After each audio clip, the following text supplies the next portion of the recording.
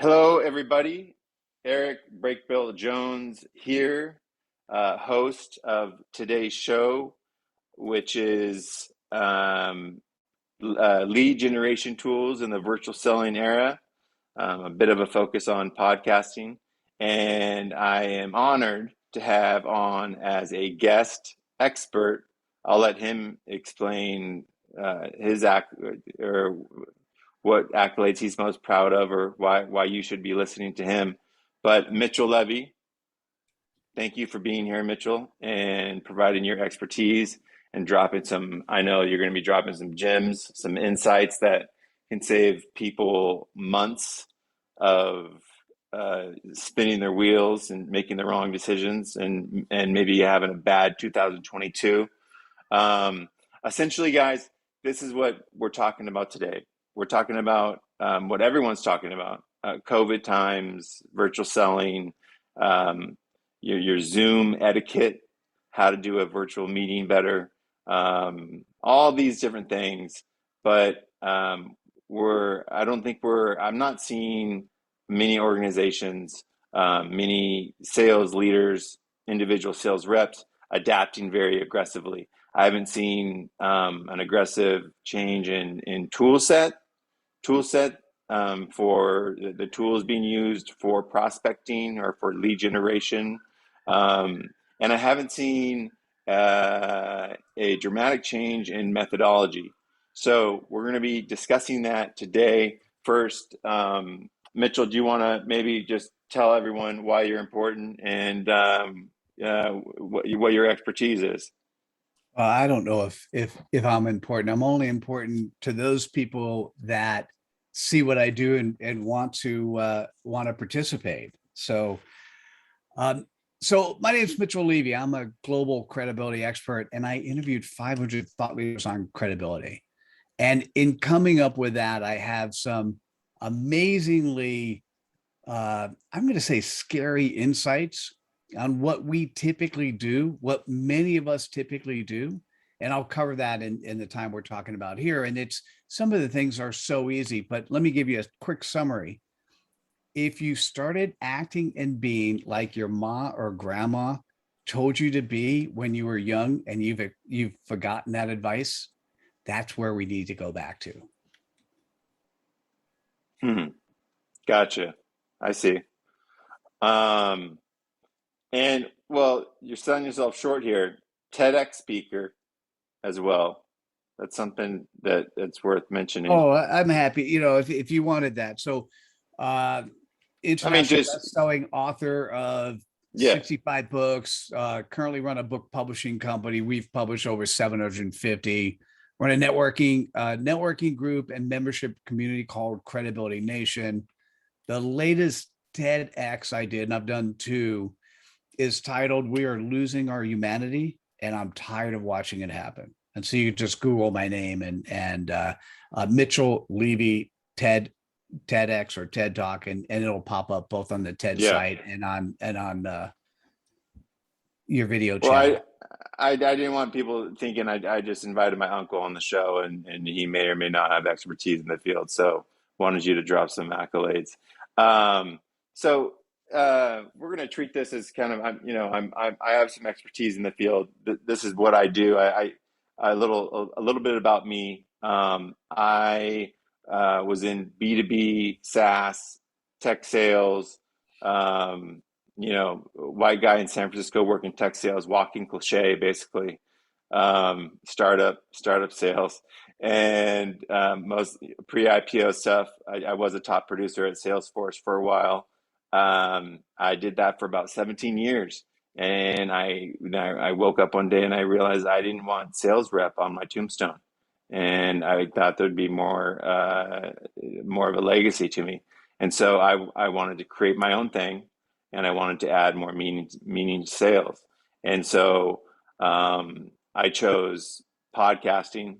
I don't know why, because then I was in my boxers reading podcast hosting for dummies about a year and a half ago.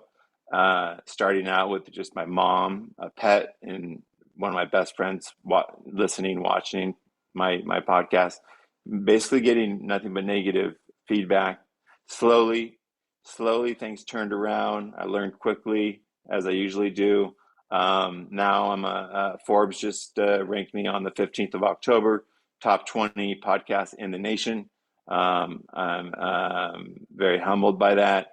And now I've got over 10,000 followers collectively. If you look at Anchor and all the listening platforms and YouTube about 2,500 and otherwise. So kind of working now with a lot of those people that have been following me, and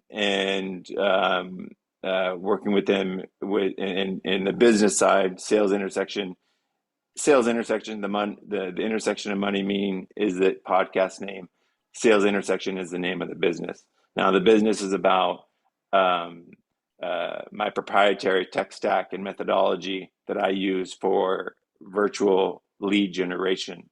So I can help you, as high level as give you a very defined ecosystem of target accounts, to your target personas and contact information, to setting up, to using my 15-piece tech stack that is $25,000 a year, to generate the opportunity, and then go as far as nurture it and take it through the sales funnel.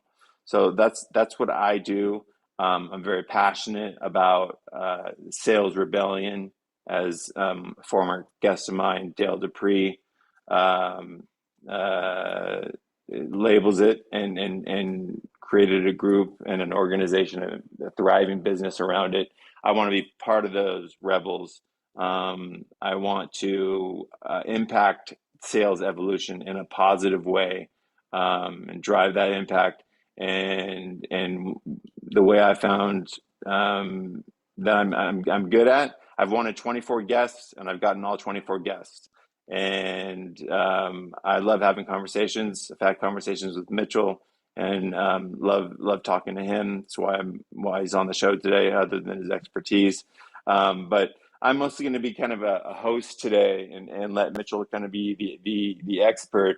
But I will say I do want to open with a little bit of my methodology and my thoughts on how, like I said, I'm not seeing the adapting that I think is necessary to thrive in today's selling environment. HubSpot stats state that there were 50% more sales emails sent, and a drop in response rate. So what's the definition of insanity? Um, you know, that kind of thing. I am seeing more video prospecting, using video for not just, top of the funnel sales prospecting, but also for marketing purposes, for customer success, to show a video of how to do something. So video being used in a lot of different respects. I'm seeing people, the podcast stats are staggering. I got in early enough where I'm able to give courses and train people on how to start a podcast, both methodology wise and etiquette wise, but also what hardware and software you need to get it started. So podcasting, but what I really think the bottom line, if I'm going to get across one thing today, Mitchell, and you tell me if you agree or not, is a lack of hyper personalization, or personalization at scale. Um, you have, imagine yourself as a sales rep, and I think being an SDR is probably the hardest part of anyone's sales career, because you have no resume. You have if I have three goose eggs, you have no idea if Eric Jones historically is capable of achieving quota, or exceeding quota. So there's a lot of pressure on you as an SDR. But as an SDR, imagine you've got your VP of sales. He or she has their metric that they need to hit. Let's take social selling, for example. Social selling today, in my opinion, it's a give, ask methodology. It's not, a lot of times on LinkedIn, it's ask, give. It's, hey, let me ask Mitchell, can I connect? And also let me ask him for 45 minutes of his time to see my demo of a product that may or may not be relevant and probably isn't. And so anyway, I think part of the personalization, the hyper personalization, and maybe the lack of adapting to a new tool set is that you have a VP of sales walking around your cubicle, wondering what you're doing activity wise, and that you're constantly reaching out to people, whether it's you're shooting yourself in the foot or not by contacting someone too many times. If you want to make the comparison to dating, you're not gonna call the girl 14 times in the same week. But that's the hyper personalization, the lack of change in the tool set. I think are big themes here in the virtual selling world. And I just gave a couple of reasons why I think that it's not happening. But what are your thoughts on that, Mitchell? Well, first, let's give credit where credit due is due. So Gary Vaynerchuk came up with the appropriate focus, give, ask. And so what's not happening is let's get rid of the business buzzwords. Let's not talk about hyper personalization. Let's talk about just you being human. And it's not a numbers game. Social media, or if we use social selling, is 2 words. Okay, not one word. And what happens, and we'll just do social media because it's a little easier, than we'll get to social selling. We all now have access to all the same channels that the big conglomerate media companies had in the past, and we're using this thing called media, and we're saying, hey, here's the mic, here's the camera, look at me, you should buy our stuff. That is using the media inappropriately. Of the 2 words, social and media, or social and selling, 80% Yeah. should be social. So, 80% of what you do should be focused on building a relationship. That's not done with hyper personalization. That's done with typically one-on-one, word of mouth marketing. credibility. You're building people to help you. That's all. Credibility, right? Well, credibility is a big piece, and credibility is not the definition that most people are thinking about. They're thinking, hey, let me give me a badge of honor and then I become credible. Credibility is not a badge. Credibility is a journey. It's how you show up as a human. It's how people see you. It's you being a servant leader. It's you actually being coachable, having the intent and commitment to do the right thing. If you take a look at the TEDx that I did on this topic, or go to Credibility Nation, or I have a book also the same name, called Credibility Nation. There are 10 skills associated with being credible. And I'll give you a couple of things that are shocking. First, and this we'll talk about it in the podcasting realm. I think I mentioned this too once. 2% of the 500 people I interviewed have no integrity. That means they sign up for the interview and they didn't show up, and they didn't say why before or after. Now, when I talk to other podcast hosts, here's what they say. Oh, Mitchell, 2%, that's good. Or Mitchell, that's normal. And my response is always, that's not normal. It should be 0. So listen, if you're a salesperson, you're calling on somebody and you make an appointment and you don't show up, do you think you'll ever get the sale? Probably not. How about this? 23% of the people who I interviewed. Now, I define coming late as within 3 minutes. So let me stop you there. Are you saying number one is showing up? Are you prioritizing this list? Number one, show up. No, I'm not necessarily Accountability. prioritizing. If I was going to prioritize the list, yeah, no, I'm not. I don't think I have a priority list of what to do best on social selling at the moment. I've got No, credibility. I'm talking about credibility. There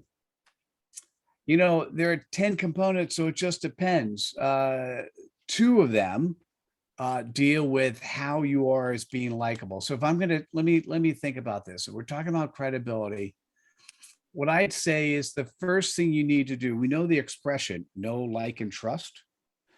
What has to happen first is you need to develop trust. So how do you develop trust? And there are four To elements associated with that. You develop trust. to develop trust, you need to show up though first, right? You need to You need to show up, but you need to show up to develop the what relationship. yeah, I guess yes. Although what happens is, who are you when you show up? So So right do you now have, yeah. uh, in this meeting, how can I how can we establish the most credibility in a meeting like this? And I'm not, and this isn't selfish, but this is reflective of a lot of different. There's a lot of these virtual events on Alignable, which is hosting this, and people would be curious as to how to establish credibility. And just folks, just so you know, this I know this is about virtual lead generation, but this we're talking about social selling, which is a tool that should be is underutilized in virtual lead generation, and so that's why we're talking about credibility. But Mitchell, can you give me an example of? I mean, I showed up on time. You showed up on time, but of during this meeting of some examples of how I could go. I could be most effective in establishing credibility, or you could. In terms of, first of all, we're specifically focused on just the element of establishing trust.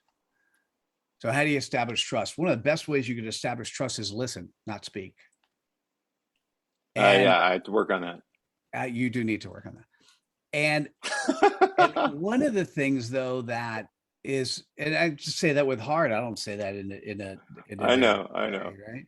So one of the things that's interesting, trust, the four components of trust, I'll just say what they are: integrity, authenticity, vulnerability, and coachability. Right. And so if you get lucky enough, so you're a salesperson, you get lucky enough to get your, Those down. Let's write those down in the chat. The what were they? The four. so it's integrity. But the four. What do they call the four? Oh, there are 10 skills associated with credibility. These are 4 skills associated with generating trust. Okay, hold on. Skills for generating trust. Right. So One, integrity. So it's integrity. external integrity, vulnerability, authenticity, and the last one is coachability. Got it. So if you're in a sales role and you're talking, by the way, just to be clear, we all go through life in sales. We all are salespeople. It's just, agreed. Are we effective or ineffective at doing so? Whether or not we're selling our significant other of where we want to go to eat, whether or not we're selling a product and getting paid for it, it's still sales. Whether we're selling dreams, whether we're teachers and we're selling ideologies, all the above. Yeah. So in terms of generating and establishing trust, I'm just trying to think about in a social selling perspective. Here's a great example. Somebody reached out to me today and they said, "Hey, Mitchell, I need more information on this thing. My boss asked me to do this. Can you tell me more? Just came back from maternity leave." Right. So let me tell you about what the old me would have done. I might have said, "Hey, welcome back. Here's the stuff." Here's what the new me did. "Wow, awesome. I'm glad you're back. How'd it go for you? Boy or girl?" All right. And she ended up sending me this beautiful picture of her daughter. Now, here's the thing. I actually went ahead and showed it to my wife and said, "Look at that. Oh my God, my wife loved it too." And I believe from now on, when I get a chance to have a phone call with this person, it's going to be so much different because I cared enough to ask a little bit more. Right. So that doesn't necessarily say they're going to trust that I do the following, but what it does do So let's be clear. We know the expression know, like, and trust. The way the expression should be going for salespeople, it's trust, know, and like. And until they trust that you have vulnerability, integrity, authenticity, coachability, until they understand that, they do not want to spend the time to get to know you. Yeah, agreed. I think that's the new selling environment. There's who is it? It's probably Larry Levine. I'm not sure if that he coined the term, but commission breath. Um, you know, you don't I you hadn't heard don't that want. one before. That's a that's a great term. I will. Oh, that would be that would fall in the category of a dubious term. Love it. Yeah, you don't want to have commission breath, and by and that's something it's not that I have commission breath, but I do like to speak um, more than I should probably in a lot of different scenarios, and that can come across as whether you're trying to sell or not. Speaking too much can come across as a little pushy, right? Um, so I think that you're absolutely right. People want to deal with it. It's refreshing dealing with someone that and the first thing they do on a sales call isn't probe about the business or or get into this these Sandler-esque discovery questions. What keeps you up at night? And those kind of things, like you just came out of some kind of method, the newest post-COVID, how to seed quota in post-COVID era methodology book. Um, but you genuinely do care, and what's inspiring for me is that progressively more and more it become being a good salesperson. It means being a good person, genuinely. And so the best thing you can do in life really is be a good parent. And that's what I had, Andy Paul on as um, my season two season finale. Andy Um, Paul. I no, remember Andy Andy, Paul. Andy Paul. That's what I said. I remember Andy Paul. Yeah, Andy It's Paul. been a while since I He, took he there. he does a sales enablement podcast. I'm looking him up. Yeah. Host of Sales Enablement Podcast. I like Yeah, that. It's thank you for the reminder. yeah. Um, we've been connected. Andy Paul and I have been connected since July 13th, 2012. Wow. Amazing. Well, you can use my name. He was on my podcast. You should check out my podcast. He drops a lot of knowledge. Nice. Um, Beautiful. including that. I'll give him credit for that. He said the best thing you can do to be a good salesman is have a good parent. Um, and I said But I by the way, also brought that's up true some. for management as well. Yeah, Want to be a it's good true for a lot. manager? Try to It manage your kids. well Try to have in kids and manage them. in So in general, right? It's probably the hardest job in the world, most important job in the world, right? But anyway, I like to bring up sometimes during my podcast. Um, right now, 10 years ago, 20 years ago, 30 years ago, you line up 10 random people, you ask them, what's your association with salespeople? 9 out of 10 would probably be negative. Andy said it would be 11 out of 10. It's probably another reason why, when you ask a lot of 10-year-olds what they want to be when they grow up, they don't say, I want to be in sales. They say they want to be on the Chicago Bulls, they want to be an astronaut, president of the United States, whatnot. Um, and so, being a good person is important. And I think that one of the reasons why it's random right now, the sales experience could be the most horrific thing that you go through, or it could be the most enjoyable thing you go through right now. But one of the reasons why is because 57% of college graduates end up in a sales job at some point, and only 1 to 4% of colleges offer a sales-oriented curriculum. Um, there's a burgeoning industry that's changing that. and they're getting into high school as well. But there's not many outlets where sales is glorified, where people are taught sales skills, where integrity is stressed, is emphasized, um, and people, in the sales world, people are like, "Do I like Mitchell's product? Yeah. Do I want to hang out with Mitchell for 6 months? I don't know." So they make that decision. So They're by the way, if the answer is no, right? And by the way, everyone loves hanging out with me, so I didn't like that example, but I'll just say yes, we do love hanging out with people I like hanging out that. with you.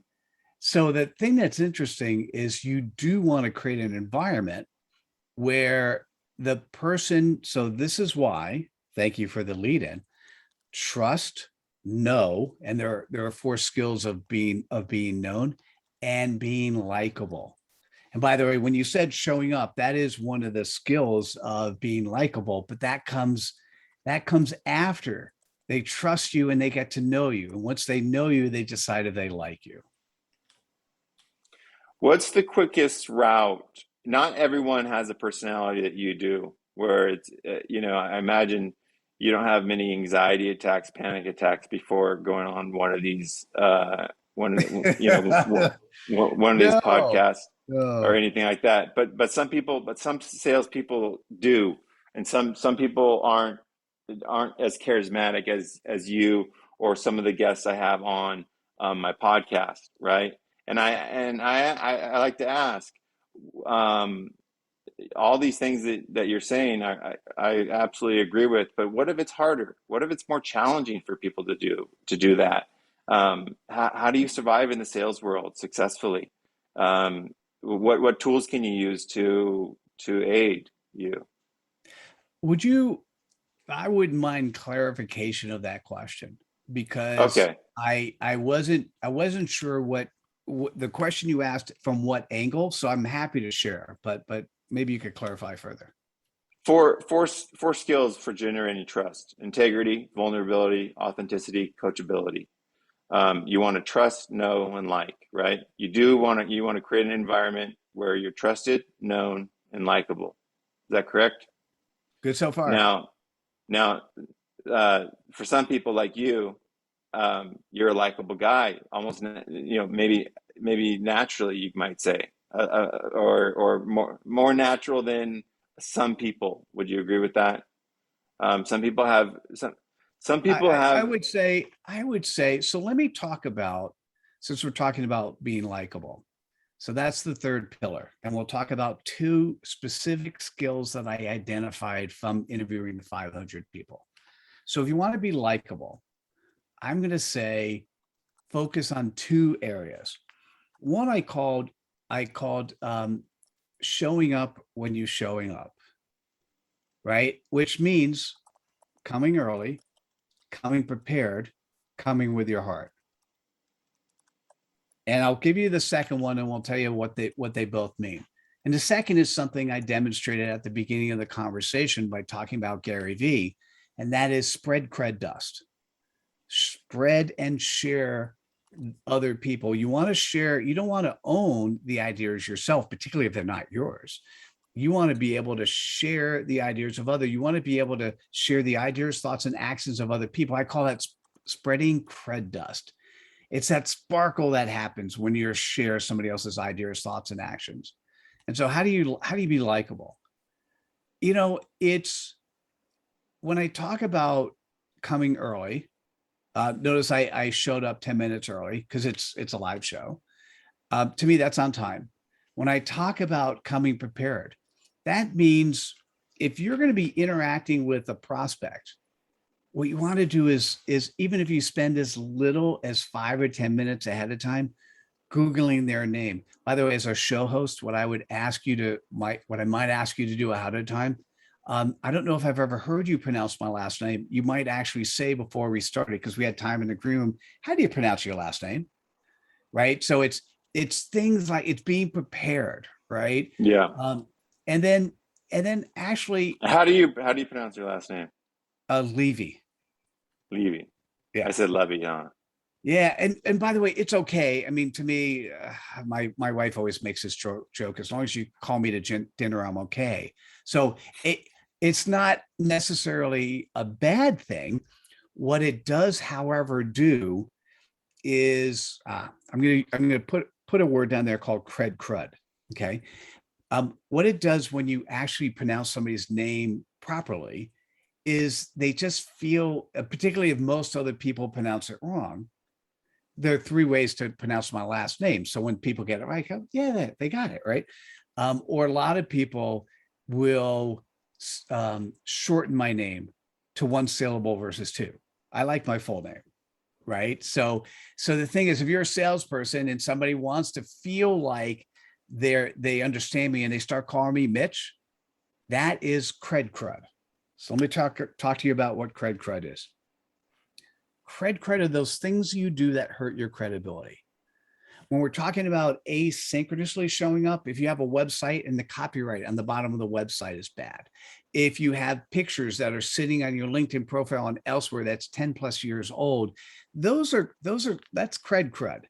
Now, you don't necessarily completely lose credibility because you have a little bit of crud. But what happens, you keep stacking them up over and over, and it's just like going to the dentist.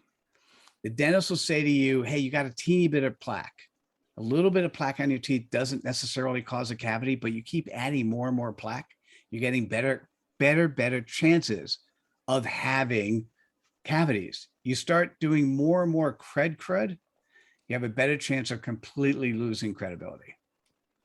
I got you. I got you.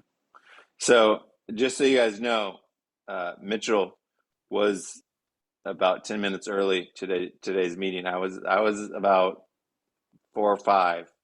And I pronounced his last name wrong. So out of the gate, did I lose? Was I already behind? Did I have to make just up? just a teeny bit of crud. And once again, it's like a teeny bit of plaque on your teeth. All right. So, but that's really on the likable side. It's when you come early to a meeting, you come open-hearted and you come prepared. What you're really demonstrating is you have respect for the person who's on the other side of the table. And that Yep, respect makes the other person feel good. If you're a absolutely. salesperson and you jump into a room and the first words you say is, so tell me about you and what you do. Well, we live in the world today that you can know more about me than I could possibly know. And you could spend 5 minutes figuring that out. You ask me to do that means that you're really sloppy. And if you're sloppy in terms of your interaction with me, I'm thinking you're going to be sloppy with your interaction in everything else in life. So why should I even spend the time talking to you? Okay. So I want to be sensitive to time here, and I want to give some specific examples for the people listening, because we got on, I wouldn't say a tangent, but We definitely went a down a very rat hole. Yeah. we went down a rat hole, and people might be wondering what the heck is this thing about. Um, let me ask you, Mitchell. Let's say that you were just hired as a 24-year-old sales development representative. Your job is to generate leads, opportunities to pass off to the account executive, right? Your focus is on something familiar for me, the SEO web design field. In today's environment, Hmm. how would you go about um, ensuring that you hit your uh, monthly quota of 20 opportunities, certain 20 opportunities? How would you go about cold calling these days, or cold outreach? First of all the metrics you just mentioned is old school methodology and approach to doing business. And But yeah, it's still being used today. those A lot. KPIs, which are still used today, cause angst, problem, and concern with the client base. So I'm going to answer your question, but I'll do it in a different way. Um, and and that is, well, first, hey, I'll take being 24 again. Count me in. Okay. If I get snapped my fingers and sort of jump back, but retaining the knowledge level I have now, wouldn't even think twice. If you're living in a particular industry, so if you're selling in a particular industry, you need to live in that industry. So what does that mean? Finding places to hang out where those people who are potentially prospects for you, those people who are peers of you, you could hang out there, you could understand the lingo, you could understand the common language. So, there's so many places you can go on any of the social media sites, not for selling, not for even prospecting, just for learning, to get yourself Yeah. up to speed. Read material in the space so you understand what are the books that are doing, what are the best methodologies people have. And for most people generating leads today, there's so many different ways to do it. But generally speaking, LinkedIn is one of the best sources to go to. Right. So LinkedIn, and let me see if you agree. LinkedIn, a lot of people say is junk. They don't like it. But if you're effective about filtering your feed and a lot of other things, you can you're all what you see in your feed is pure value. You can get it to where it's not spammy. It's not stuff that that you don't want to see. But LinkedIn can be I agree, a very valuable tool, but you got to tweak it a little bit to make sure that it's personalized for you. well, first, in terms of selling, you need to make sure you have a good, doesn't have to be amazing, but a good LinkedIn profile. And what I'll tell you is 99% of profiles I see are not close to good. And what is the biggest mistake you usually see? It looks like a resume. And it should have a little bit more spunk. This is who I LinkedIn am. is not about your resume. So remember I said, in terms of trust, showing your heart, the most important thing to do is be able to easily articulate your purpose in 10 words or less, and that needs to be seen. So if I land on your page, what I want to do is I'm going to see in the background, I'm going to see the banner. Some people use the generic LinkedIn banner. So you want to have a graphic there, and that graphic should contain your purpose, what you get excited about. You need to have a good simple name and a nice picture, so a more current picture. And the third thing is your LinkedIn headline. That should also reinforce your purpose. So if I have an interest in interacting with you, I hear about you, or Eric, you say, hey, Mitchell, why don't you go and talk to so-and-so? They're interesting. What's the first thing I'm doing? For me, I'm actually looking at their LinkedIn profiles, but I may Google their name as well. When I looked at somebody's LinkedIn profile, I can make an assessment in seconds. If I decide to spend a little bit more time, I'll spend somewhere between 20 to 30 seconds, and I could really summarize somebody up. Now, if you've got a crappy LinkedIn profile and I can't summarize somebody up, unless I highly respected the person giving me the recommendation, I'm going to throw that name out and go to the next one. Okay. Right. So Well, if you don't show up offline, credible, right? offline. I want you to look at my LinkedIn profile and give me your true opinion. But that's offline. Well, we have, Um, for those that I'm going to do a plug. For Credibility Nation, we do a 5-day challenge. We do it quarterly. The next one that's coming up is December 6th. In that 5-day challenge, we talk about there's an opportunity for you to fine tune your purpose. So we have a class that does that. It's a half-hour class. And then every day we focus on the things that are necessary to be able to adequately and successfully do social selling. So each day, so day one, we talk about what can you happens can when. you chat? Can you type in the chat any information needed? Because this is all going to be recorded, and Absolutely. everyone will have the information. So just because So what's in the chat at the moment is the URL to actually get to the 5-day challenge. okay. And what happens on when you go to that URL, what we do on day one is we focus on what happens when people research you. So we just call it researching you. So here's the interesting part. And so you're listening to this, if you're that 24-year-old that just gets hired and somebody Googles your name, what do they see? Right. So there's so many pieces of cred. Some people, let's say Christopher, but uses Christopher on some social media, Chris on the other. inconsistency. That inconsistency is cred cred. The more cred cred, the better chance that they're going to throw you out. So what happens when people research you? Day two is social media in you. So what happens when people look at you on social media? Right. And do you reflect? It doesn't mean you can't have your own personalities, but what happens when people research you? What do they see? Is it, are you reinforcing everything you're saying? Or are you doing a sales job and a leads job of something you don't like doing? If that's the case, go and find another job. I mean, really, go and find another job. Now, the third thing is endorsing you. So once you have prospects, once you have clients, once you've delivered value, what you want to be able to do is be able to have people give you endorsements for that.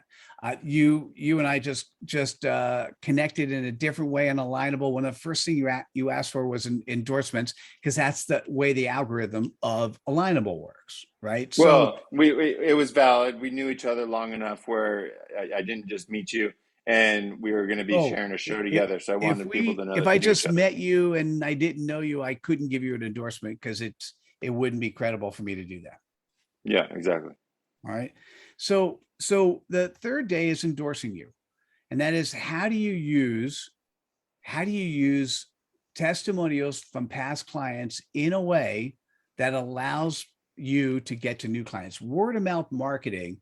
So as opposed to being able to, here are the number of leads, here's what I need to, here's how I get measured, here's what my quota is, you know, having people recommend you and bringing in warm or hot leads because you're recommended appropriately is so much better than the number of cold leads you can generate. Well, the best salesperson is not on your payroll, right? It's your customers, your testimonials, whatnot. Yes. It's those people who actually already know, love, and trust you, who are talking about you. Yeah. And it's interesting. Now you mentioned media selling, or video selling. So Yep. step four, what we cover is watching you. And that is, how do you create videos that people get to trust, know, and like you in a short period of time? And Eric, one of the services I have was born out of interviewing the 500 people. And we have a service where we do 5 questions in 5 minutes. And what happens when you watch a video that's created through this service is it is 5 minutes long or less, and somebody gets to trust, know, and like you in that short period of time. And so it's one of those things, you put it on your website, put it in your LinkedIn profile. It's a way in which people can actually see you as a human, right? And that's really powerful. And then, the fifth thing, and this is probably the area where most of us make mistakes, and that is, how can you just be you? You had said in this conversation, the best thing you do, and this came from Andy Paul, so thanks, Andy. The best thing you do as a salesperson is be a parent. I'm going to say the best thing you do as a manager is be a parent. The best thing you could do is, when you have a life that you're responsible for coaching, cultivating, and bringing up, and being that type of human that in the future they'll even be better than you are. That's every parent's dream. If you're doing that, what happens is the person you are with your kids should be the same person you are with your prospects, with your clients, with your bosses, with your family, with your friends, with your spouses. The fact that we have been cultured and taught to be a different face in whatever hat we're wearing, that's just wrong. Yeah. So the And last day and is about and, being you, right? let me conclude with some concluding comments here. There's a lot of bad things that came out of COVID, right? Obviously, I don't have to go over them. But one opportunity as a salesperson is that there's so many more opportunities because we're going over Zoom, we're using video, um, podcasting, so many different sorts of media where you can actually show you, where it's important to be yourself. And isn't that refreshing? Instead of having to put the Eric Jones mask on Monday for my Monday morning for my job, and then take it off on Friday afternoon, and then put on my weekend weekend mask. it's not work-life balance. It's just life. And I find that during this virtual selling era, with the different forms of media that are coming out to be used for virtual lead generation and selling, that it gives you the ability to do that. And that, then it's up to you though. Then it's up to you. Uh, you got to be you. All the responsibility isn't on the tools. You gotta be bold enough to be you. And I am me. I do admit I talk too much sometimes.